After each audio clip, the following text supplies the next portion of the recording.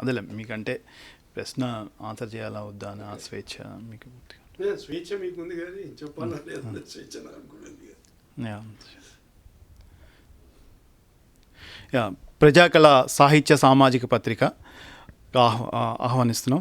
ఈరోజు నిజ నిర్ధారణ కార్యక్రమంలో భాగంగా జస్టిస్ బి సుదర్శన్ రెడ్డి గారితో ఇంటర్వ్యూ చేయడం జరుగుతుంది. సుప్రీంకోర్టు న్యాయమూర్తిగా, అలాగే ఆంధ్రప్రదేశ్ ప్రధాన న్యాయమూర్తిగా, ఆంధ్రప్రదేశ్ బార్ కౌన్సిల్ అధ్యక్షులుగా ఒక సుదీర్ఘమైన అనుభవం కలిగిన బి సుదర్శన్ రెడ్డి గారితో ఈరోజు ఇంటర్వ్యూ. నమస్కారం అండి. మీ విద్యార్థి జీవితంలో మిమ్మల్ని బాగా ప్రభావితం చేసిన సంఘటనలు కానీ నాయకులు కానీ ఏమైనా కాస్త వివరిస్తారా? విద్యార్థి జీవితంలో అంటే నేను చాలా when I was very young I came under the influence of Dr. Lohia and Jayaprakash Narayan. మేము అప్పుడు విద్యార్థి జీవితం ఉన్నప్పుడు తెలంగాణ ఉద్యమంలో 1969లో క్రియాశీలకమైనటువంటి పాత్ర పోషించిన వాళ్ళలో నేను ఒకడిని. తర్వాత వచ్చినటువంటి జేపీ ఉద్యమంలో కూడా క్రియాశీలకమైనటువంటి పాత్ర పోషించిన వాళ్ళం. ఎమర్జెన్సీని వ్యతిరేకించిన వాళ్ళలో నేను కూడా ఒకడిని. సో అంటే మీరు జయప్రకాష్ నారాయణ అంటే 1976లో ఎమర్జెన్సీ వచ్చింది కదా, అప్పుడు మీ వయసు ఎంత? 1976లో ఎంత? నేను 27 సంవత్సరాలు.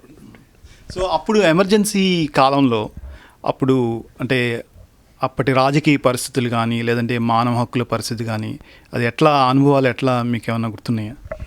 ప్రాథమిక హక్కులు, మానవ హక్కుల ఉల్లంఘనకు వ్యతిరేకంగా జరిగిన పోరాటం కిందనే చూస్తాను నేను ఎమర్జెన్సీది. రాజకీయ ప్రక్రియ కంటే ఎక్కువ కూడా మానవ హక్కులను పూర్తిగా హరించి వేసినటువంటి సందర్భం అది. అందుకే ప్రజల్లో ఆ చైతన్యం వచ్చింది, ప్రజల్లో ఆ చైతన్యం తీసుకురాగలిగిండు జయప్రకాష్ నారాయణ్. దానికి వ్యతిరేకంగా జరిగిన పోరాటంలో పాల్గొనడం జరిగింది. అంటే జయప్రకాష్ నారాయణ ఎమర్జెన్సీ అయిన తర్వాత జస్టిస్ తార్కుండ కమిషన్ అని వేశారు. అంటే కన్నాభిరాను, కేజీ కన్నాభిరాను వీళ్ళందరూ. సో ఆ అనుభవాలు ఏమన్నా గుర్తున్నాయి? నేను తార్కుండే కమిటీలో కలిసి పనిచేయలేదు, కానీ వాళ్ళు పనిచేసేటప్పుడు వాళ్ళతోటి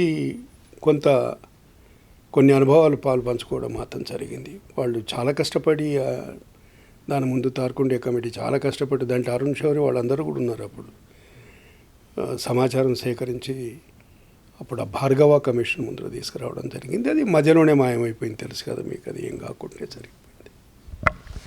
ముఖ్యంగా సుదర్శన్ రెడ్డి గారు, మీ ఆలోచన స్రవంతి మీద బాగా ముద్ర వేసినట్టు పుస్తకాలు కానీ లేదా రచయితలు కానీ ఎవరైనా?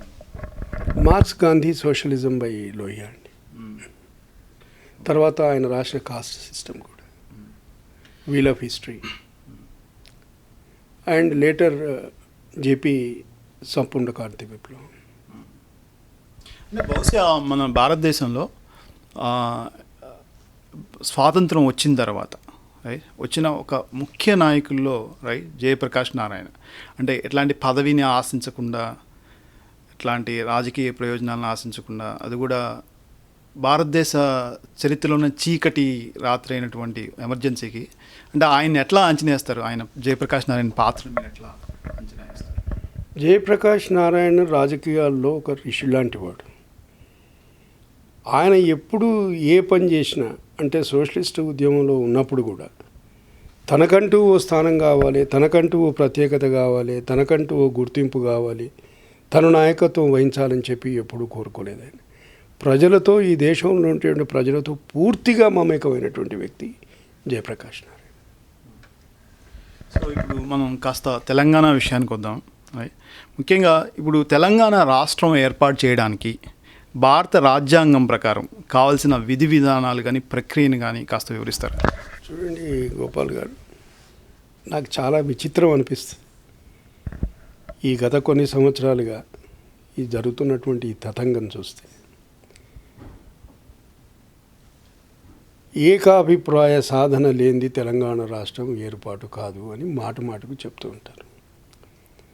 దాన్ని ఒక స్టేజ్లో మనకు అనిపిస్తుంది ఏమంటే, బయట నుంచి చూసేవాళ్లకు అందరూ దానికి ఒకవేళ ఒప్పుకున్నారా ఏమని అనిపిస్తుంది. ఉద్యమంలో ఉన్నవాళ్ళు, ఉద్యమంలోకి రాబోయే వాళ్ళు, ఉద్యమంతో సంబంధం ఉన్నవాళ్ళు అంటే ప్రత్యక్షంగానో పరోక్షంగానో ఒప్పుకున్నట్టు అనబడుతుంది. చాలా చాలా సాధారణమైనటువంటి ప్రక్రియ ఒక రాష్ట్రం ఏర్పాటు కావడం కానీ, ఒక రాష్ట్రాన్ని రెండుగా చేయడం కానీ, రెండు రాష్ట్రాలను ఒకటి చేయడం కానీ చాలా సాధారణమైన ప్రక్రియ. కావలసింది ఏమిటంటే పార్లమెంటులో భారత రాష్ట్రపతి అనుమతితో బిల్లు ప్రవేశపెట్టడం. ఆ బిల్లు ప్రవేశపెట్టి అది రాజ్యాంగ సవరణ కాదది. చాలామంది మాట్లాడుతుంటారు రాజ్యాంగ సవరణ కావాలి కదా అని చెప్పి. అదొక సాధారణమైన బిల్లు. అంటే ఆ రోజు ఒకవేళ కోరం 120 మంది 150 మంది కోరం అనుకోండి, 150లో సగం కంటే ఎక్కువ ఒక ఓటు వచ్చినా కానీ ఆ బిల్లు పాస్ అయిపోతుంది. ఎక్కడ కూడా ఏ రాష్ట్రం ఇదివరకు ఏర్పాటైనాక కూడా 1956 తర్వాత ఏకాభిప్రాయ సాధన అన్న మాట రాలేదు. ఎందుకొరకంటే ఏకాభిప్రాయ సాధన రాష్ట్రాన్ని విడదీసేటప్పుడు సాధ్యమయ్యేటువంటి ప్రక్రియ కాదు అది. అందుకొరకు అది దాన్ని ఎవరు కనిపెట్టినరు ఆ మాటను, అది ఎందుకు ప్రచారంలోకి వచ్చింది, దాని మీదనే చర్చలు ఎందుకు జరుగుతున్నాయటువంటిది నాకు అర్థం కానటువంటి విషయం. రాజ్యాంగ ప్రక్రియలో మాత్రం ఆ మాటకు, ఏకాభిప్రాయ సాధన అనే మాటకు ఎక్కడ తావులేదు. అంటే ముఖ్యంగా కన్సెన్సస్ లేదంటే సమిష్టి నిర్ణయం, రైట్? అంటే దీన్ని కొంతమంది ఈ వాదన తీసుకొస్తున్నారు. అంటే మీరు ఏమంటున్నారు, రాజ్యాంగం ప్రకారం ఆ అవసరమే లేదు అని అంటున్నారు.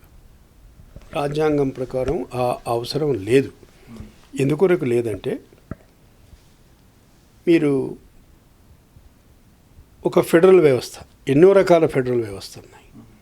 మీరు అమెరికాలో ఉంటున్నారు కనుక అమెరికన్ ఫెడరల్ వ్యవస్థ గురించి కొంత మీకు తెలిసే ఉంటుంది. ఇక్కడ ద్వంద్వ పౌరసత్వం ఉంది. రాష్ట్రానికి పౌరసత్వం ఉంటుంది, దేశానికి పౌరసత్వం.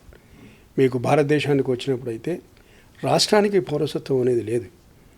భారతదేశంలో నివసించే వాళ్ళు భారత ప్రజలందరూ భారత పౌరులు. రెండవది, దేశం యొక్క ఎల్లలు, సార్వభౌమాధికారం గురించి మాట్లాడేటప్పుడు దేశం యొక్క ఎల్లల గురించి ఒక విధమైనటువంటి చర్చ, ఒక విధమైనటువంటి అవగాహన ఉన్నది. ఇప్పుడు మేమందరం ప్రమాణం చేస్తాం. అంటే రాజ్యాంగ విధులు నిర్వర్తించేటప్పుడు రాజ్యాంగం పేరు మీద ప్రమాణం చేయడం జరుగుతుంది కదా. దాంట్లో ఏమని ప్రమాణం చేస్తాం? ఈ భారత రాజ్యాంగాన్ని, ఈ దేశ ప్రాదేశిక సామగ్రితను కాపాడుతాం. ముఖ్యమంత్రి గారు ప్రమాణం చేస్తారు, గవర్నర్ గారు ప్రమాణం చేస్తారు, chief justice of the high court ప్రమాణం చేస్తారు. ఎవరు కూడా నేను ఆంధ్రప్రదేశ్ భౌతిక అంటే బార్డర్స్ ఏవైతున్నాయో వాటిని కాపాడుతాను చేయరు. Territorial integrity and sovereignty of Andhra Pradesh అని లేదు, territorial integrity and sovereignty of India. అందుకొరకు ఒక రాష్ట్రం యొక్క ఎల్లలను ఎప్పుడు కూడా రాజ్యాంగపరంగా అంత తీక్షణంగా, అంత రిజిడిటీతోటి ఎప్పుడు రాజ్యాంగం పరిగణ తీసుకోవాలి. కాంగ్రెస్ నాయకులు వాయిలార్ రవి కానీ లేదంటే గులాం నబీ ఆజాద్ కానీ ఈ ఏకాభిప్రాయం కావాలి, కన్సెన్సస్ కావాలని అట్లా మీడియాలో చెప్తా ఉన్నారు. అంటే వాళ్ళు జనాన్ని తప్పుదో పట్టిస్తున్నారని మీరు అనుకుంటున్నారు? తప్పకుండా తప్పుదో పట్టించేటువంటి మాటలే. ఎక్కడ కూడా ఏమాత్రం కూడా రాజ్యాంగ ప్రక్రియతోటి, అంటే మాకు రాజ్యాంగంతో సంబంధం లేదు, మా ఇష్టం వచ్చినట్టు మేము చేస్తాం, మా ఇష్టం వచ్చినట్టు మేము మాట్లాడతామంటే దానికి మనం చెప్పేది ఏం లేదు. కానీ రాజ్యాంగ పరిధిలో పనిచేసేటువంటి ఏ ప్రభుత్వం అయినా మాట్లాడాల్సినటువంటి మాట కాదు. నిర్ణయం రాజకీయ నిర్ణయం. మీరు ప్రత్యేక రాష్ట్రం ఇవ్వాలన్నా ప్రత్యేక రాష్ట్రం ఇవ్వకూడదా అనేటువంటి నిర్ణయం చేసేటువంటి అధికారం ప్రభుత్వానికి ఉంది. అయితే అది ప్రజాభిప్రాయానికి వ్యతిరేకంగా నిర్ణయం తీసుకుంటారా ప్రజాస్వామ్యంలో? ప్రజాస్వామ్యం అంటే అది కాదు కదా. అందుకే ఆ మాట చెప్పకుంటే ఏమంటారంటే మేము మాట్లాడుతున్నాం. 1000 మంది చనిపోయినరు, మీరు ఎంతమందైనా చనిపోండి, మాకు అవకాశం వచ్చేంత వరకు, మాకు తోచినంత వరకు మేము ఈ సమస్యను సాగదీస్తామనేటువంటి ధోరణి తప్ప ఏకాభిప్రాయం అనేటువంటి మాట అది కుదరదు. మొన్న ఒక ఆయన ఎవరో పార్లమెంటు సభ్యుడు, నేను పేరు చెప్పడానికి ఇష్టపడను, ఇంకెక్కడుంది తెలంగాణ, ఎట్లా వస్తుంది అని అడిగాడు. దానికి ఆయన చెప్పినటువంటి కారణం మాత్రం అది సమంజసమైన కారణం. రవి గారు, ఆజాద్ గారు అందరూ ఏకాభిప్రాయం కావాలంటున్నారు కదా. ఏకాభిప్రాయ సాధన ఆంధ్రప్రదేశ్ రాష్ట్రాన్ని విడదీయడానికి రాదు. అందుకొరకు తెలంగాణ రాష్ట్రం ఎట్లా వస్తుంది అని అడిగాడు ఆయన. తప్పేముంది దాంట్లో? నేను కూడా స్టాప్ చేస్తాను.